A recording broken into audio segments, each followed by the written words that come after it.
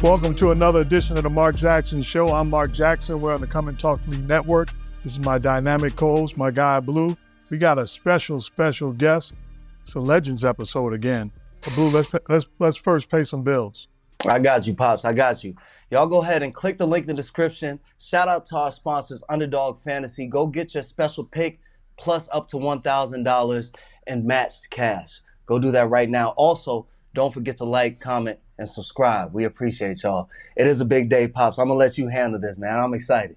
Yeah, these special people, these legends, I got to write down all this stuff to remember. But four-time WNBA champ, four-time WNBA Finals MVP, two times WNBA regular season MVP, three-time WNBA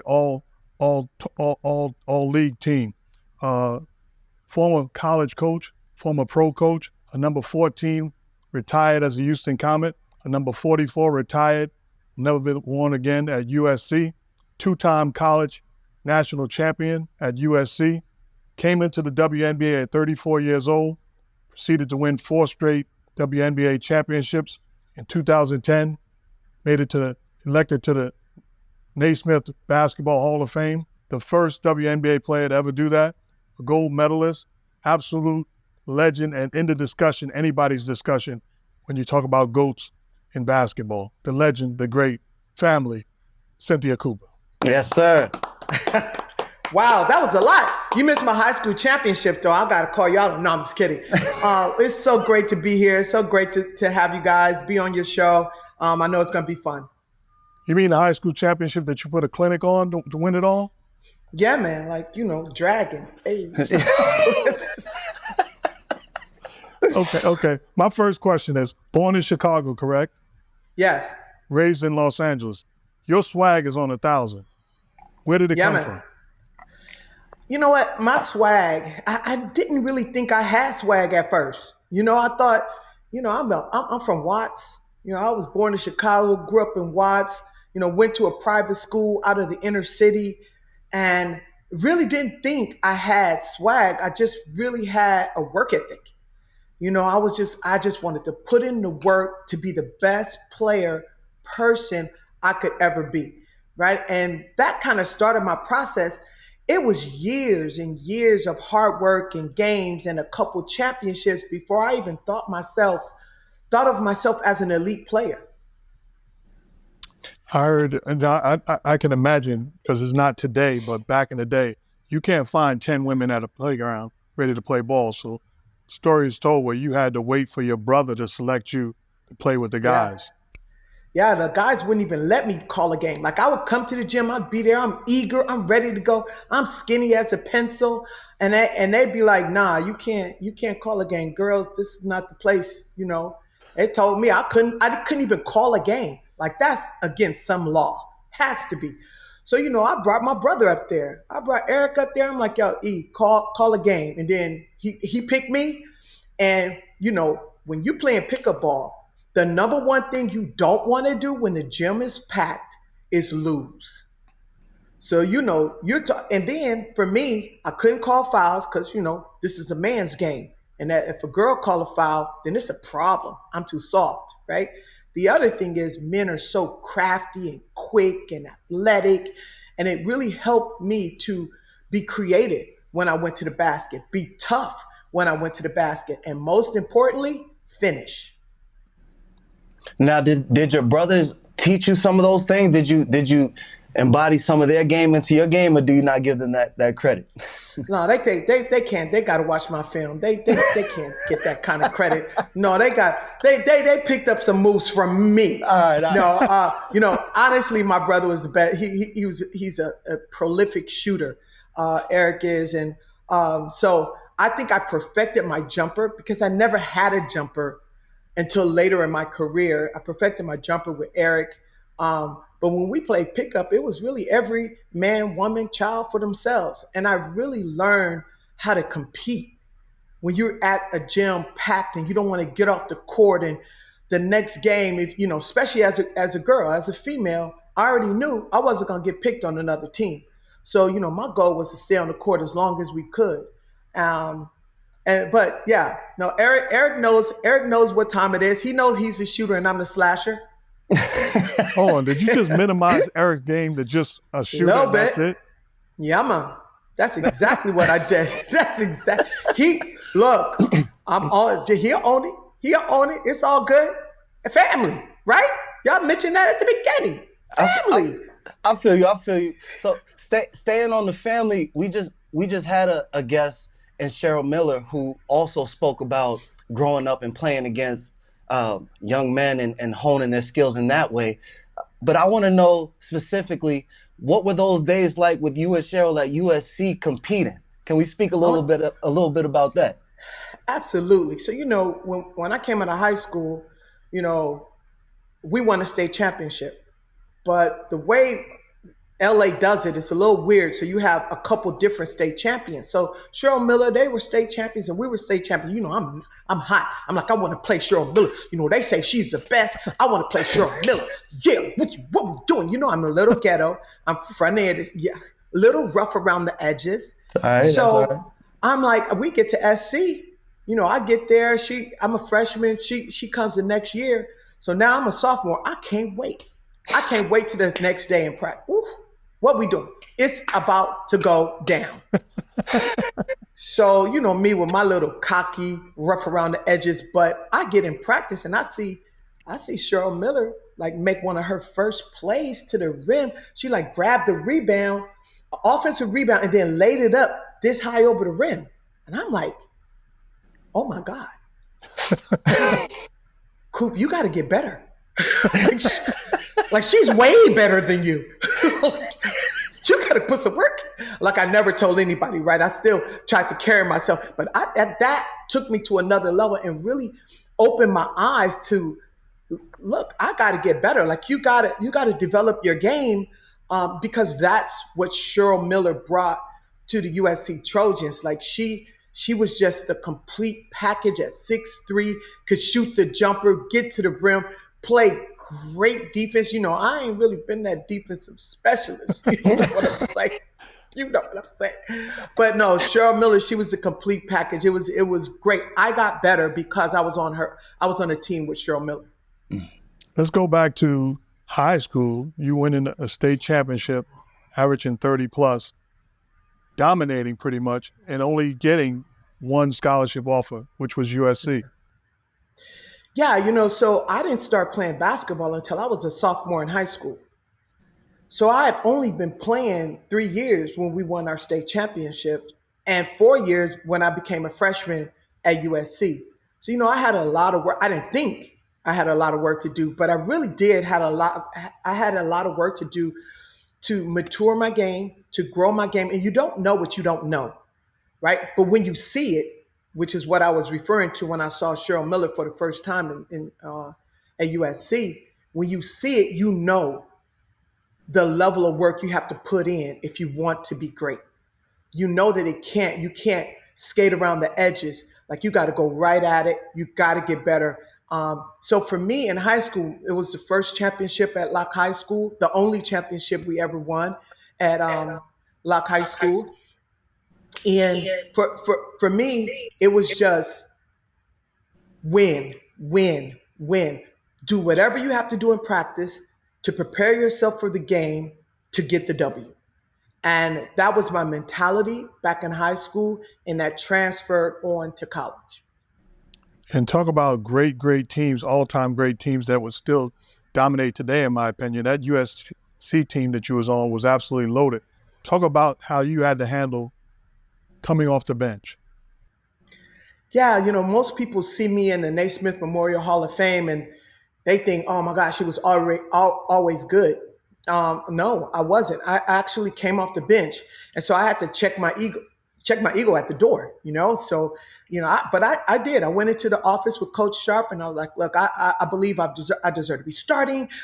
She was like, Coop, you're coming off the bench. You're going to be the spark plug. And then she pulled out a stat sheet and said, look at your minutes. You're playing 30 plus minutes. So in every important moment of the game, you're on the floor. Don't get so wrapped up into starting or not starting.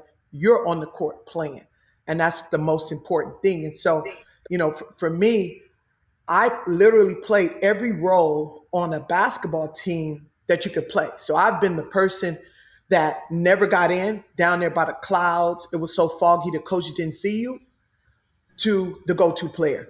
And every time I've always approached this as I need to adopt whatever role on whatever team I play on in order for us to win a championship, because that's always been my motivation. Now let me ask you, going off of that, just handling adversity and different things that went on in your career. A lot of people don't know that you played 10 years overseas before it was in anything about the WNBA. And you said that you were a little rough around the edges, but I heard that you speak a little Italian. So I want to know, can you give us a little something?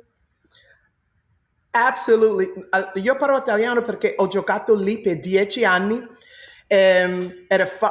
Cioè, la mia esperienza in Italia era buonissimo, cioè tutte le città, Firenze, Roma, Parma, prosciutto di Parma, Parmigiano Reggiano. Like, yeah, man, that girl from Watts. Parmigiano, prosciutto, I understood. Y'all know that. You wreck. Yeah, that's it. She just flexed on us fluently. Yeah, because I played, ho giocato in la città di Parma. Parma è dove loro fanno prosciutto di Parma e poi Parmigiano Reggiano. So I actually played in a city where they make the Parmesan cheese and where prosciutto di Parma came from. So yeah, that was my experience. See, I'm very impressed with that, but I'm more impressed with Blue acting like he understands. No. That's what I was just about to say. I was like, don't get it twisted. My facial expressions, I only understood 2 words that you just said. He knew Parmigiano. That was impressive. Yeah, so, my time overseas, yes, it was spent playing basketball and learning the game and maturing into the basketball player that you saw in the WNBA. But I also lived as an Italian in Italy, not as a foreigner. So I traveled around, I learned the language, and it was a great experience, growth experience for me. Now my question is, how did it mature you, kid from Chicago, a kid from Watts, going overseas? How did that develop you and mature you, your understanding and just overall as an individual? Yeah, that's a great question, Mark, because it really did mature me.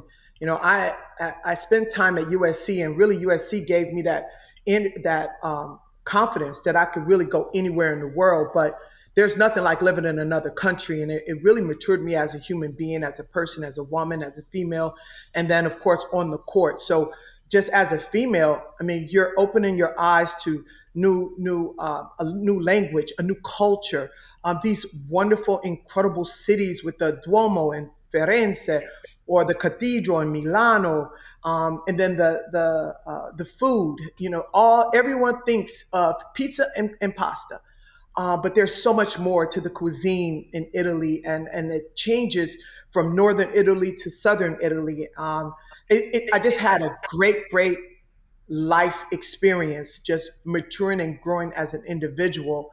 I have my Italian family with Christina and Julia and Matteo, and their dad. It was just a great experience. But then as a basketball player, I moved from just being a role player to being the American on a foreign team and being the go-to player. So now you have to score. They're defending you with being very physical.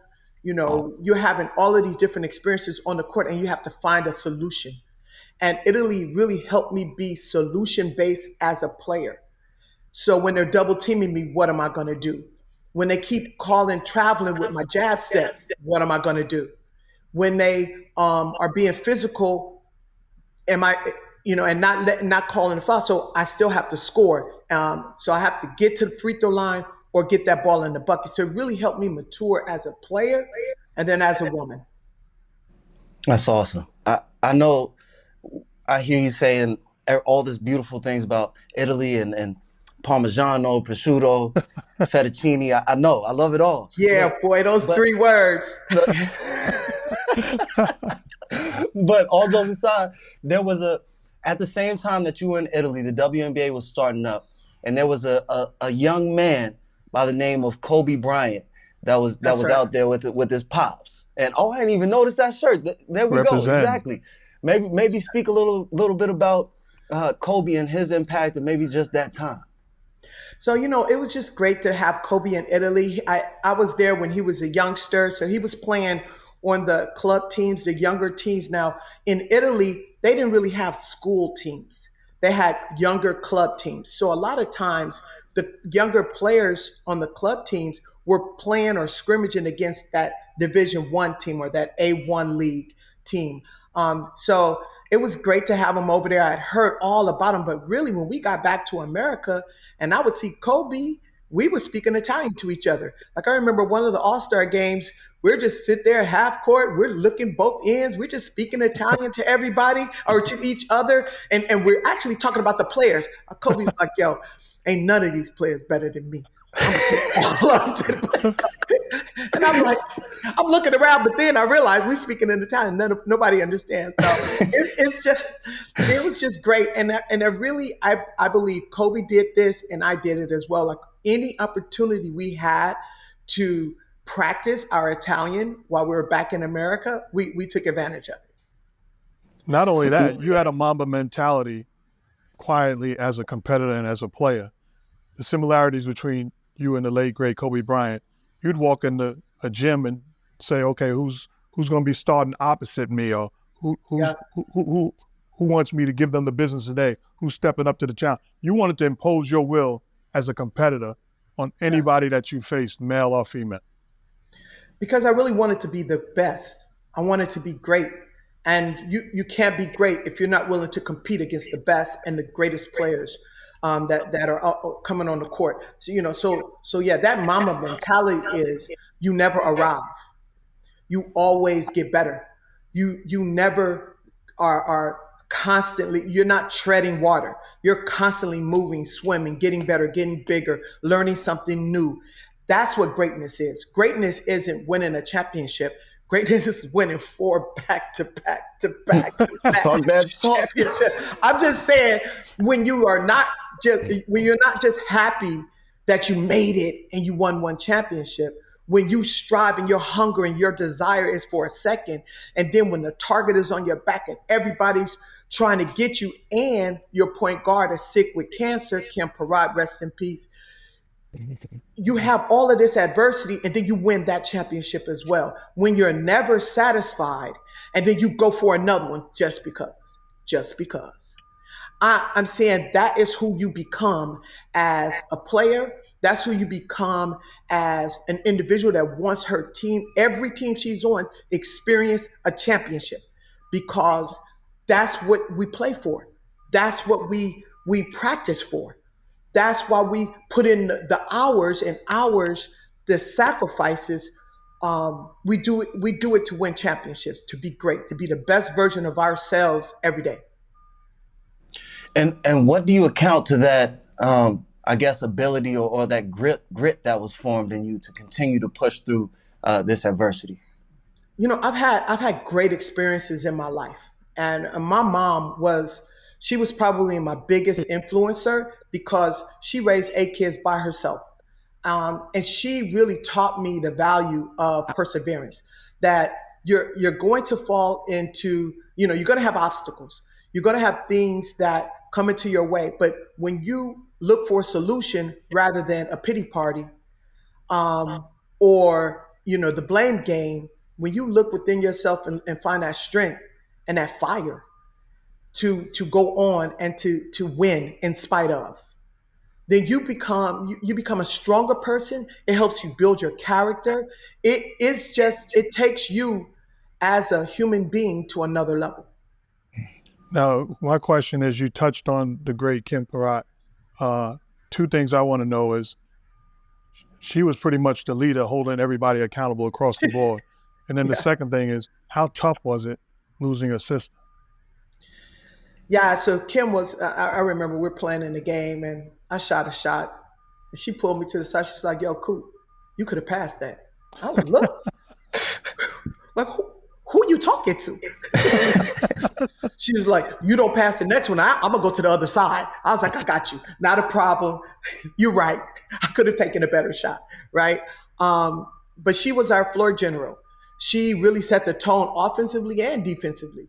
You know, she used to hawk the ball up the court. They used to have post players bringing it up just because Kim wouldn't let the point guards bring that ball up and start an offense, right? And then I will tell you, losing a special person and player like Kim Perrot was devastating, life-changing. I remember missing my first game in the WNBA because I just couldn't play. You know, at that point, there was something more important than basketball. And it was devastating for the entire team. And then I thought about my mom, who passed away from breast cancer 6 months before Kim passed away. Then Kim passed away, and I thought, you know what? Both of them would be upset with me over here with my head down, crying, just distraught. And I decided mentally, I just shifted. I said, you know what? I'm going to pay a tribute to these two people that were special in my life. And the only way to do that is to suck it up, get out there, because Kim passed away 2 days before the playoffs were about to start. So I was like, look, we can win this championship so that I can stand on that podium and pay a tribute to these two people that were superheroes in my life. One question piggybacking that, I remember a story where Kim told you the night before a championship game how nervous she was. Can you tell us that story? Yeah, so our first championship, 1997, you know, Kim is just nervous. I'm like, yo, so the night before the game, she's nervous. She can't settle down. And I was like, Kim, like, what's up? What's wrong? She's like, I'm just so nervous. I said, yo, it's a basketball game. She's like, I've never won a championship. I said, you gonna win one tomorrow. I said, you know, there's just no better feeling to know that a person that you sacrifice for on your teammate has never won a championship, and then you getting ready to go out there and leave it on the court for your teammate to experience that championship moment. The confetti, the crowd, the success that you've actually arrived at your goal, and you've achieved the goal you set for yourself at the beginning of the season. And just to see her celebrate her first ever championship was amazing. It was an amazing day to be a teammate. All right, small side note, Cynthia. So I've been doing a little research on my own, and I've been trying to figure some things out. And it's a debate going on online. Mm-hmm. I didn't know that this debate was this serious, but there's a group of people who are dying on the hill that you brought the Euro step to America. I did. Know that, okay, all right, thank you. James Harden did not do it. Come on. Because first of all, I'm older than James. Boom. Secondly, it would be a Europe step if it wasn't in Europe, and I played over there, and the Italians used to do it against me. Look, the facts is lining up. Did you hit us with a boom? I came into the WNBA like, they were like, she traveled. Like, baby, that's Euro money. That's Euro money right there. So it's not Manu Ginobili, it's not James Harden, it is Cynthia Cooper that brought the Euro step to America. I'm older than both of them. They can't say they brought it over. I was already doing it. I had already won a championship with them. What? Were they still in high school? What? Come on. It sound right to me. I'm telling you, Cynthia, I was looking it up. I'm like, the facts is adding up. I'm like, yo, she really originated this joint. I'm like, the numbers. The numbers are the numbers. I can't be the first one to do it, and just because they're in the NBA and more people have seen them, that they brought it over here. Nah, man. Mano, love you, bro. Love you. No. It happened. It went down in Houston. It didn't go down in San Antonio for the first time. They do it. Yeah. How good would that Houston Comets team be in today's game? We bring them into 2024. How good and how dominant would they be? We dominate. We dominate because of two things. One, ain't nobody stopping me. And Hold up. What's the first thing? just, ain't nobody stopping me. Um, Then we had just the wonderful Cheryl Swoops, who just, I mean, she was so quick and she played both sides of the ball and she can hit the 3-pointer as well as she can, drive to the basket, spin off and make that layup. Then she's getting back on the ball, getting in the passing lane. Tina Thompson, the great Tina Thompson, knocking down a 3 off the pick and roll, but still can play tough with her back to the basket, just so versatile.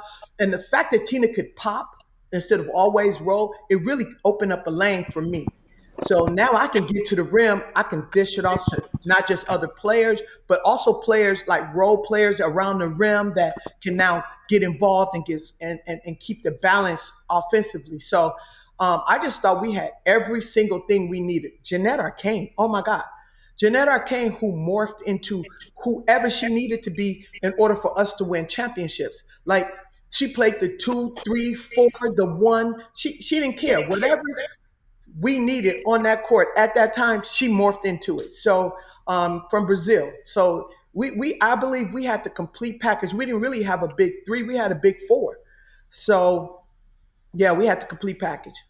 Shout out to the great Hall of Famer Tina Thompson, who works with my daughter Evan with the Portland Trailblazers. So got nothing but love and respect for her. Yes, that's my girl. So I call her T-Bone. I call her T-Bone because, part of the T-Bone steak is kind of, rough, and then part of it is a fillet. And y'all never really see the tough part of Tina unless you bring it out of her back to the basket, Tina Thompson. And then the finesse when she pops out to the 3-point line and she giving you all the love up in the club. All you looking for, right? So and then just as a human being, she is a great person and an incredible mom. So yeah, shout out to the Hall of Famer Tina Thompson. And that's the underrated part of her game, was the ability to stretch to the 3-point line. That made her a different animal. Right. So what Tina Thompson did, she not only could knock down a 3, she came in with that love, but then she elevated her game. So now, not just back to the basket, she would get to the slot spot, that little elbow spot, face up. You had to play up on her because you knew she could shoot, so she would go around you, spin off of you, and get to the free throw line. Her game just developed so much from rookie season to her Hall of Fame. Another name that I heard you say was Cheryl Swoops. And that was one of my favorite players also growing up, just watching y'all. I know, Blue. Hold on, let me cut you off, Blue. You were the one that said she was better than me, huh? What? Why you gotta put that?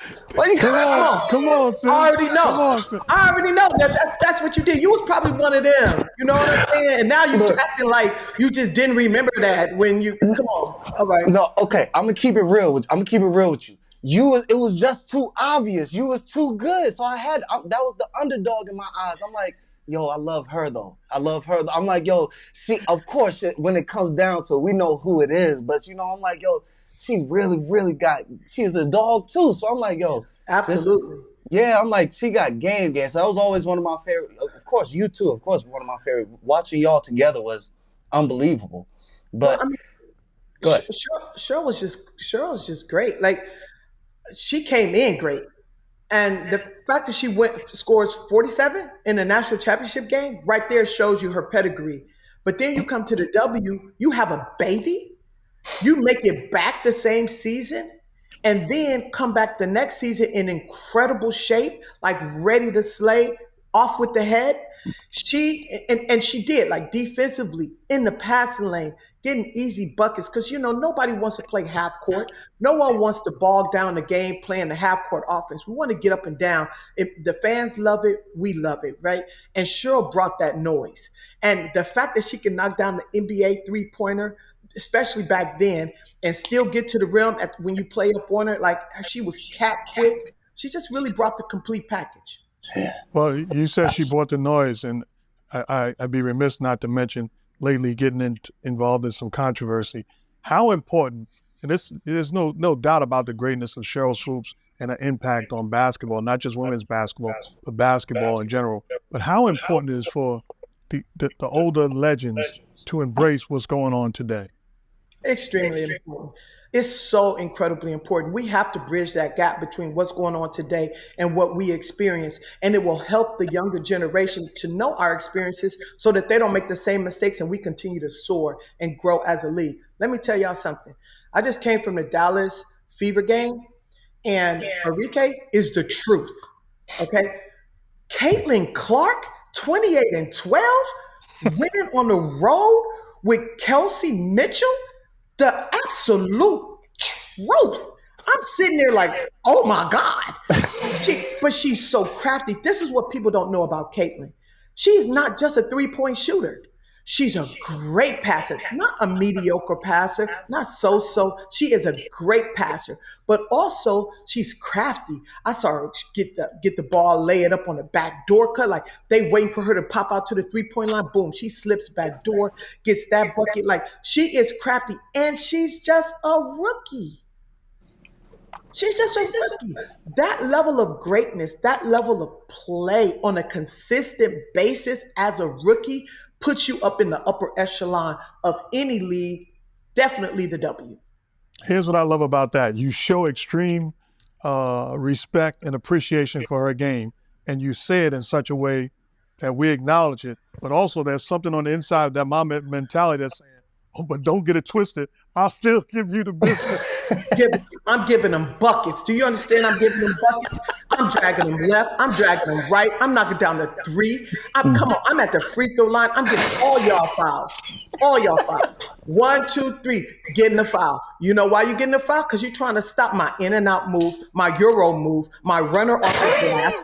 That didn't. Come on. I'm sorry. I'm preaching now. I'm preaching. I'm gonna stop. Come on. I'm getting ready to give an offering.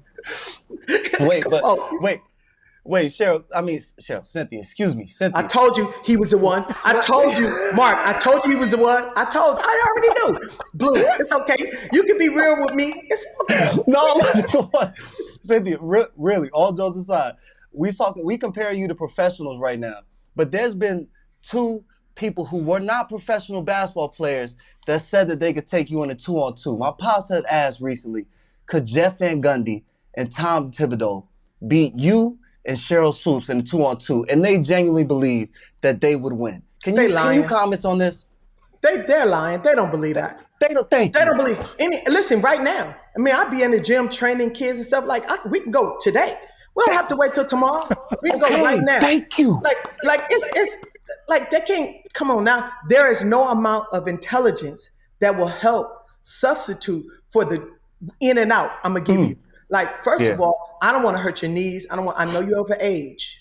You're over age. Well, it's not as easy to recover from injury. So think about that before you challenge us. Like, we're the truth.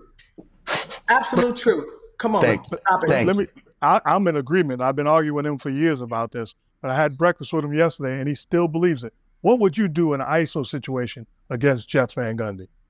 So Jeff Van Gundy, I'm going to give him my in and out because I already know he's going to be looking at my upper body trying to see. So I'm going to, see, he's going to still be there looking for me. That's right. Look, I'm going to tell you how fast it was. The camera couldn't even catch it. Like, that's how fast. Okay. So I'm going to give Van Gundy just to let him know, like, I'm not going to even give him the jab step. I'm not going to give him the jab. You know why? Because he been talking. He been talking mess. So because you've been talking mess, I'm going to give you the in and out. Jump over there. And then jump over there if you want to, because I'm going to cross. In and out cross. What? Station there. I'm giving them buckets. And wait, I'm going to score from all 3 levels. I ain't going to just get to the rim because I know they're old. So they're going to step back off me.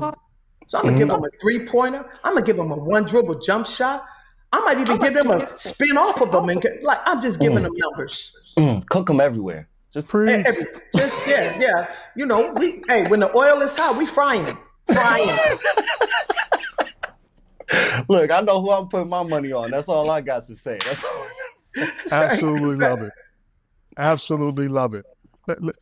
One thing about you, and I watched you as a coach, as a player, and as a retired former player, but one thing about you, inspirational. And I wrote down something you said before.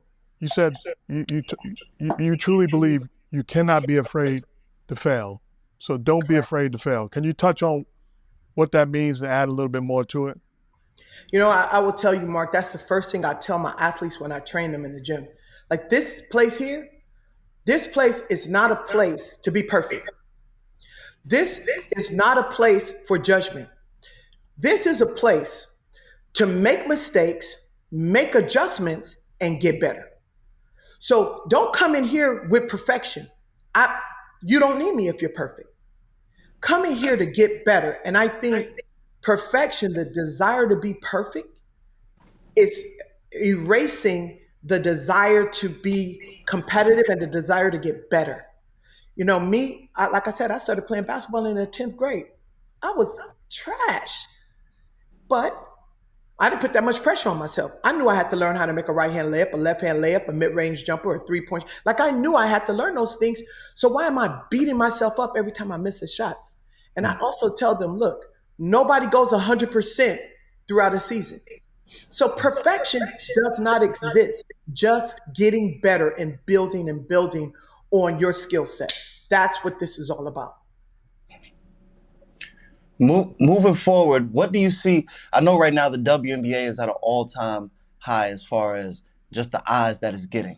But what do you see them being able to do to capitalize on this moment and continue to grow?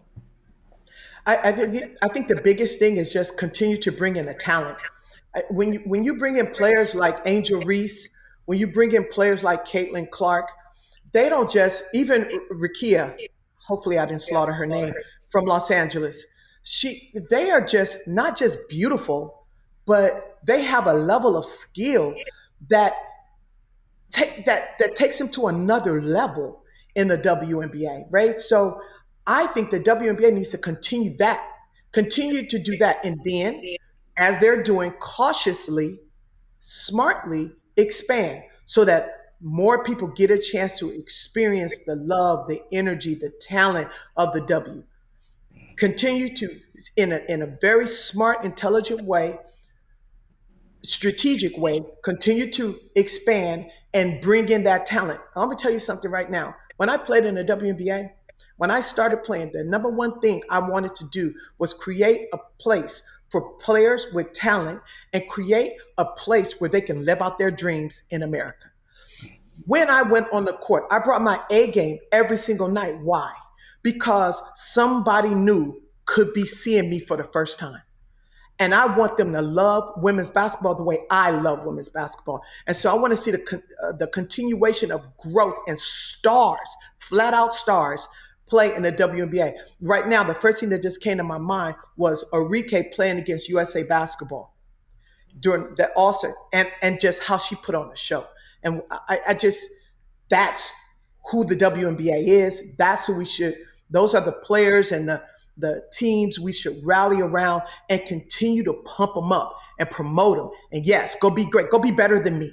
Don't be me. Be better than me. Let's go. Let's do this. Because now you're giving that next generation a foot up, a hand up, and you're allowing them to dream of playing the sport they love. And that's what this is about. Yeah. You touch on Enrique, you touch on Caitlin, you touch on Angel and their performance during All-Star Weekend against Team USA, basically making a statement with their play. I ask you, should they have been on Team USA? I would have put Caitlin Clark on Team USA, absolutely. I thought the post area, when you start talking about, we didn't even talk about Stewie out in New York or Sabrina out in New York and Lainey. And I mean, there's just so many people to talk about, so much talent. But I would have put her on Team USA. Heck yeah, I would have put her. I know that there was probably concern that, you know, she wouldn't get a lot of playing time, but any USA basketball experience for someone as young as Caitlin Clark is going to benefit America for years and years and years and years. So yeah, I would have put her absolutely on Team USA. What was it like for you winning a gold medal? Mark, that is a great question. It was life-changing. That's what I do. I'm getting Cynthia Cooper. That's what I heard, because you're the kid. Because you're the kid. You're the kid. Already know. So in 1988, before a lot of y'all were born, won my first gold medal at the Olympics. Actually, it wasn't my first, it was my second, third. Anyway, who's counting? Um, so it's 1988. That year, the USOC, the Olympic Committee, they had a program to bring one parent over to the venue, and we were in Seoul, Korea. So my mom came, and as fate would have it, my mom, we played the Olympic gold medal game on September 29th, 1988. And that was the same day of my mom's birthday. And I got a chance to present her with the gold medal on her birthday. That's beautiful. And that was just the most special moment for me. But I will tell you, playing in the World Championships, for example, representing America, with USA on your chest and with USA on your chest in the Olympics, I just think there's nothing better. When you're able to say you're representing your country and you go out there and you bring home the gold, that's the next level. It like takes you to a next level. And that's why I will reiterate, I wish, Caitlin Clark had that experience this year because she's our future. One more thing on that for me, talking about Caitlin Clark and Angel, and we fall in love with the way they've impacted the game. We can also lose sight of, we are witnessing one of the all-time greats in Asia Wilson and what she's been able to accomplish. Yeah. No, Asia is the absolute truth. She is a beast. You know what? She is so focused on being great, and I love her journey. I love every step that she's taken. She's not relying on the past or, we won 2 national championships or 2 world championships, bow down to me. She's like, nah, I'm gonna wear white t-shirts, y'all, because I don't think I've earned the right to get really dressed up. I gotta roll up the sleeves and get back to work. That's the mentality of a winner, the mentality of a champion, the mentality of a player that wants to be great, that hasn't arrived. She knows she hasn't arrived. She knows she has more growth. And every time she steps on that court, she's trying to grow. She's trying to get better, and she's trying to help her team be champions again. Well, let's take a moment really quickly and shout out our sponsors, Underdog Fantasy. Go ahead and click the link in the bio. Use the promo code MARK, that's M-A-R-K, and they are matching a first-time deposit of up to $1,000. We appreciate y'all. Let me ask you another question. I put this question to Nancy Liebman and also to Cheryl Miller. Cheryl didn't answer. Give me your all-time starting 5 female basketball players, and don't include yourself because I know you'd be like, Dylan. Cynthia, no, I would have named me first. No, I would have named me first. They be tripping. They be naming 4 other people and then name themselves last. I would have been like, yo, you need me on the team. Yeah. So wait, is it the W or all time? All time. Okay, so I'm gonna go with you get to create the greatest starting 5, excluding yourself. Okay, excluding myself, I gotta go with Cheryl. I'm gonna go with Cheryl Miller. I'm gonna go with Asia. I'm gonna play Cheryl at the 2. I'm gonna play Asia at the 3, and I'm gonna play Diana Taurasi at the point guard position. Then I'm gonna go. I got a lot of scoring, so I think I'm gonna go Sylvia Fowles for a post player. We're gonna play Sylvia at the 5. Did I already mention Asia? Yes, at the 3. No. Yes. 2. No. I got Cheryl at the 2. Okay. Cheryl Miller at the 2. I got Diana Taurasi at the 1. Cheryl Miller at the 2. Asia at the 3. Do I want Asia at the 3? I'm gonna take Stewie at the 3. Brianna Stewart at the 3. I'm gonna put Asia at the 4, and then I'm gonna go with my girl Sylvia Fowles at the 5. Because I don't need a lot of scoring. Yeah, man. That's a tough lineup. She blocking all the shots. She dunking on you. I got 3 players dunking on y'all head. And they nasty. That's a tough lineup. And you don't want to see that. She gonna score any way you need her to, right? She gonna get the ball where every level. Mm-hmm. But don't get it twisted. If I said you could include yourself, somebody's getting. I would have been first. I ain't put myself second. I've been second, third, fourth, fifth, sixth, 7th, 8th, 9th, 10th, 11th, 12th. Now that I have a chance to put myself first, guess what? Mark the kid. I'm going first. I'm picking me. So, I done been in the gym. I done been in the gym where they didn't pick me. I done been in the gym where they wouldn't let me call a game, doggone it. I'm Cynthia Cooper now. I'm picking me first. I know that's right. Yeah. Yeah. Let's move to men's. Do you have a favorite men's player today? Favorite men's player today? Gosh, there's some dogs out there. There's something different about every player, but if you're talking about a young player right now, I got to go with Anthony Edwards. He's really one of my favorites. I mean, everybody knows that the best shooter in the world is Steph. And I love what he was doing when he was doing this thing. And oh my God, I loved what he did in the Olympics.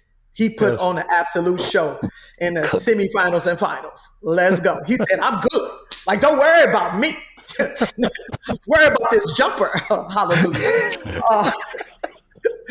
But there's just so much talent in the NBA right now. You got to give Tatum his love. I said Kobe, but I meant LeBron. LeBron is just doing his thing. I remember him as coming out of high school into the NBA, and he's still going strong 20 plus years later. So you got to give LeBron his flowers. Who is, in your opinion, the greatest basketball player to ever live? I would say Michael Jordan. Although that list could be at least 10 players long. But if I just had to pick one, I would say Michael. I would take him too, though. Pop. I already know he's gonna try to block my shot, man. I'm up and under. Hold up. I was with you dominating Jeff Van Gundy. I just got off the train on that one. I didn't say I was gonna beat him. Mark. Listen, I said I'm gonna score on him. That's realistic. Yeah, I got a bag. I'm bringing my bag to every time I step on the court. You don't have to convince us. That's why you're on the show, because you're Cynthia Cooper. No. I'm giving y'all information. You know, we're giving out info. Like I said, I was very special. I didn't say I was gonna beat him, but I'm gonna score. I'm gonna do something to score. Hold on. See, but Van Gundy's going down. Yeah, I agree with that. 1,000%. Yeah. And he was a Division III player at Nazareth. Yeah. Was he? They didn't have a Division IV back then? So let me ask you this. You're a trash talker. You're tough. You're a GOAT. You got the Mamba mentality. But as you keep on living, there's a softer side to you that a lot of people don't know. I read somewhere or heard somewhere where you was at the foul line, MVP chant started, and then what took place after that? Man, I'm up there like a big baby. I start crying because I heard the chant, but I'd be so focused, I didn't know what they were saying. So in between my shots, I stepped off the line and I'm like, they chant MVP. And then I said, they talking about me. It just all hit me. I'm like, don't miss the free throw, Coop. They talking about me. Like a little baby. Like, man, I got so female, girly-ish, and a half emotional. I got emotional real quick. Yeah. It was a great moment for me, though, because my mom was at that game. Wow. My mom was at that game, and so I can only imagine how proud she was hearing the chants and knowing that they were talking about her daughter. So, you deserve those tears, especially all the things you've gone through and all the things you've conquered, and then standing in front of a group of greats, speaking at the Hall of Fame, acknowledging your election, our selection. That had to be special. It really Your speech was great, by the way. Thank you. I didn't think I would make it to the Hall of Fame, to be honest. I didn't think that. First of all, let me just say this. So I'm sitting at home, and all of a sudden, I'm watching ESPN, and I see my name scroll under the bottom. I'm like, what I do now? Like, I ain't even and then it started talking about inducted into the Naismith. I was like, whoa, what the? So I thought, just like I thought the W would pass me by, I also thought I wouldn't have a chance for the Naismith Memorial Hall of Fame because, remember, I only played in the WNBA 4 years. So I thought that they didn't know me enough to consider me for the big Hall of Fame. I call it the big Hall of Fame, big dogs. I remember when I was walking down, I tapped Michael on the butt. I was like, yo, bro, I'm your girl in here. Like, I'm in this hall. I don't even know what like, boom, I'm in this. Let's go. I was so excited, so honored. That's how you found out on the bottom line? Well, I was the first ballot. So the way I found out I was being considered is I saw it scroll on the bottom of an ESPN show. And then that's when I realized that, because I didn't get in that year. I got in the next year. So that was 2009. I got in 2010. Which is crazy because you're a first ballot Hall of Famer. Hey, dude, let me tell you something. I didn't care. Just put me in. Just put me in the house. I just want to be in the building. You understand me? Like, yeah, come on. I don't care. First, second, it could have been a third ballot. Your girl would have been up there in her Miss Sony dress saying thank you. Hallelujah. Come on. So on the other side of things, I know for years you carried teams and overseas in Italy, carried teams in the WNBA, but then after you also carried twins. How beautiful is it to have a family and just motherhood? Can you speak on that?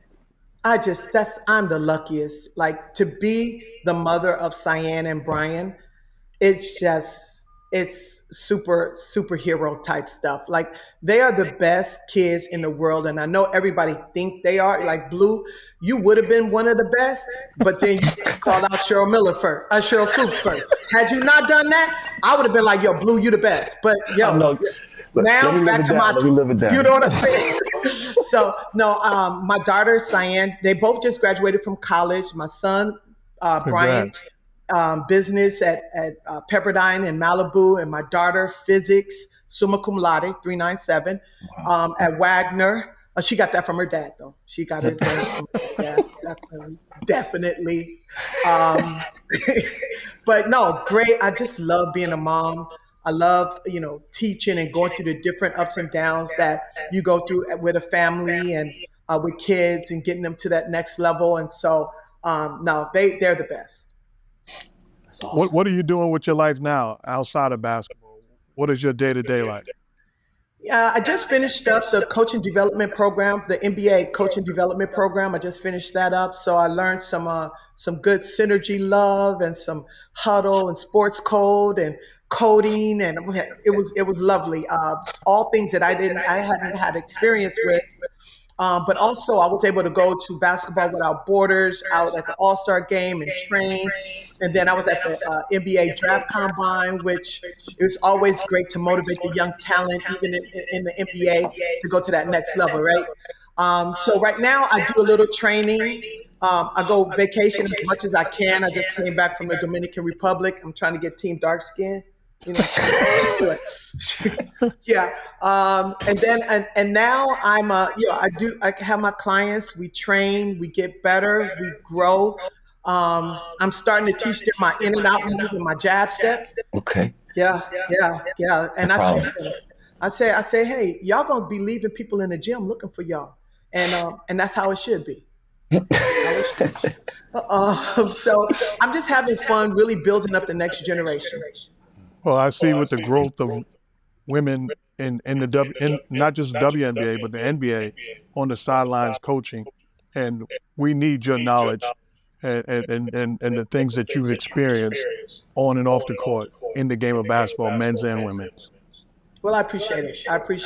I want to give a quick shout out to my boy, Joey Dorsey, who's out at Minnesota as one of the new assistant coaches. We were in the program together, and so I love to see his growth out there on the bench. Well, that's awesome. We look forward to hearing big things from you and what your next stop is going to be. It's been an incredible experience and time having you on the Mark Jackson Show. You are an absolute legend. And like we said, forget about what Blue said. You're in the GOAT discussion. You're a legend on the court. We got love and appreciation for you. The great Cynthia Cooper. Thank you so much.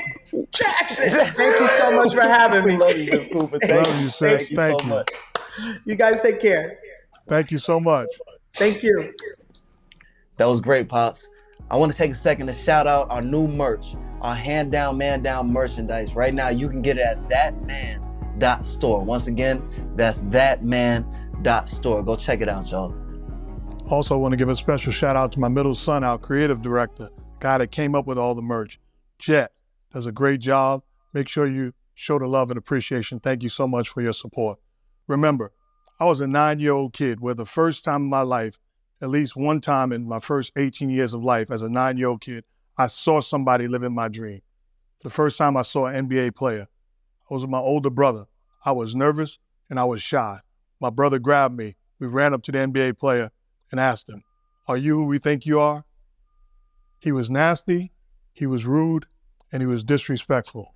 It does not cost a thing to be nice. Old man once said, "It only takes a moment to create a memory." Well, I remember that moment as if it was yesterday. I dare you to make somebody's day. I dare you to impact somebody in such a way where you make a difference and give them a memory that lasts a lifetime. To the OG, thanks for the memories. You made me better. Blessings.